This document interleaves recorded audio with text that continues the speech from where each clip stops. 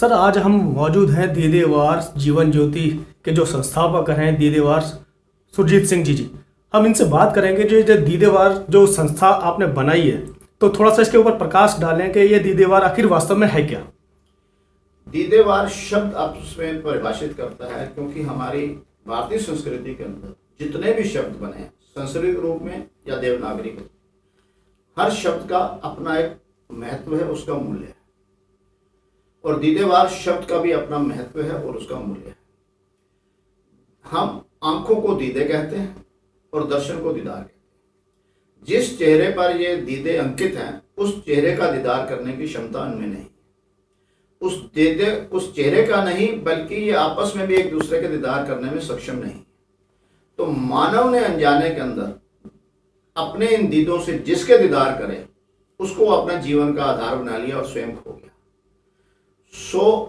दीदेवार का शब्द है कि जो अपने दीदार करने का प्रयास करे और करते करते अपने दीदार कर ले, वो दीदेवार हो जाता है। अर्थात मेरा जीवन कैसे जीना चाहिए, मैं ही स्वयं का स्वामी हूँ, ये दीदेवार का शब्द का मूल्य है और उसका अर्थ है। और स्वयं सुरजीत सिंह जो मेरा नाम है, मैंने इस पे चलकर पिछले 40 वर्षों से इसको अध्ययन करा है और जो प्रकृति नियम का मुझे ज्ञान हुआ है उस हिसाब से मैंने अपने नाम के साथ दीदेवार लगाया है और सबको प्रेरित करता हूँ हर व्यक्ति दीदेवार बने।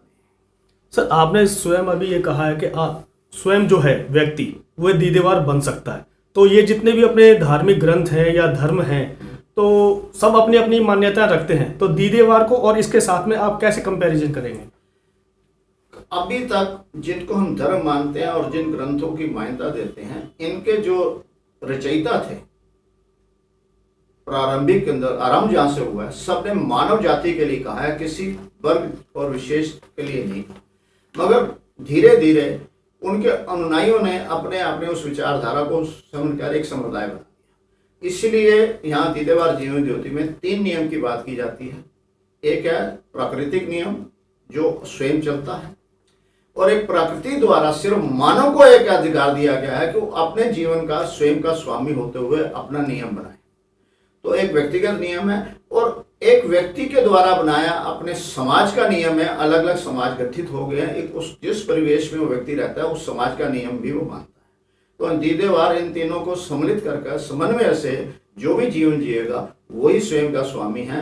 अर्थात तुम्हारे विचार और मेरे विचार जब तक सहमत नहीं होंगे तो हम नहीं चल पाएंगे। तो जिस प्रकार प्रकृति के द्वारा सूरज, चांद, गर्मी, हवा, जल सब एक सहयोग देकर हमारा जीवन देते हैं, इसलिए हर मानव का एक दूसरे का विचार से हमारी सहमति होनी चाहिए। पृथकवाद नहीं है, ये हम भ्रमित होकर उसको पृथक मानते हैं, दीदेवार इसको नहीं मानता है।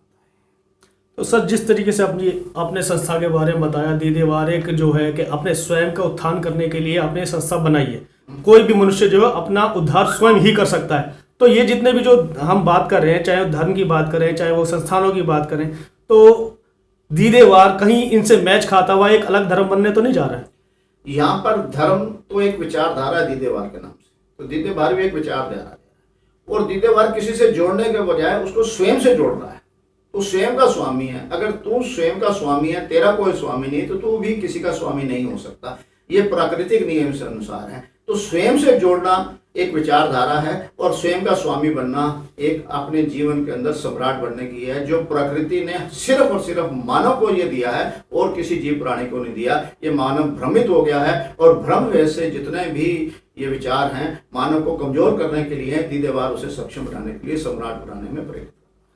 तो आपकी बातों से जिस प्रकार लग रहा है तब कि दीदेवार एक स्वयं को उभारने की, स्वयं को खोजने की एक प्रकृति है, आस्था है।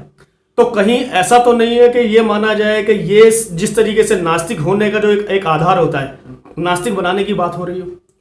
नास्तिक और आस्तिक का बहुत बड़ा भ्रम है। जो चीज है ही नहीं हम उसे मान रहे हैं और नहीं मान रहे नास्तिक और आस्तिक है। ये प्रकृति जो है किसी व्यक्ति विशेष के द्वारा नहीं बनी गई, एक नियम के द्वारा बनी गई है।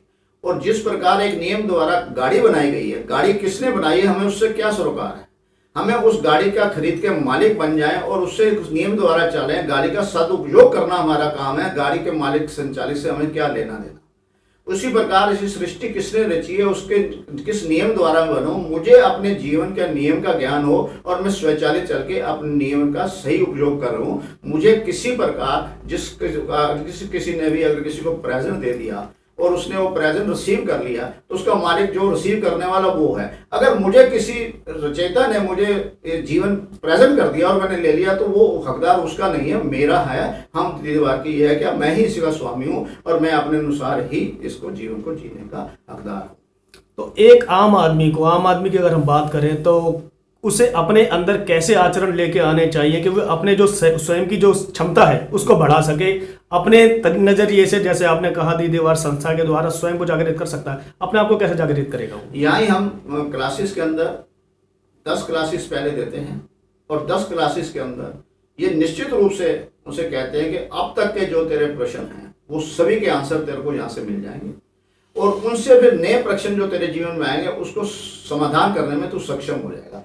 जिस प्रकार गाड़ी चालक ने किसी को गाड़ी सिखा दी पर वो ये नहीं बता सकता कि हॉर्न कब बजाना है और ब्रेक कब लगानी है और मुड़ना कब है, वो चालक को स्वयं देखना पड़ता है, वो नियम सिखा सकता है। तो हम जीवन के नियम सिखाते हैं अर्थात जीवन का चालक बनाने में सक्षम है और जो बनना चाहे वो बन सकता है, पर जीवन तो उसे स्वयं ही ड्राइव करना।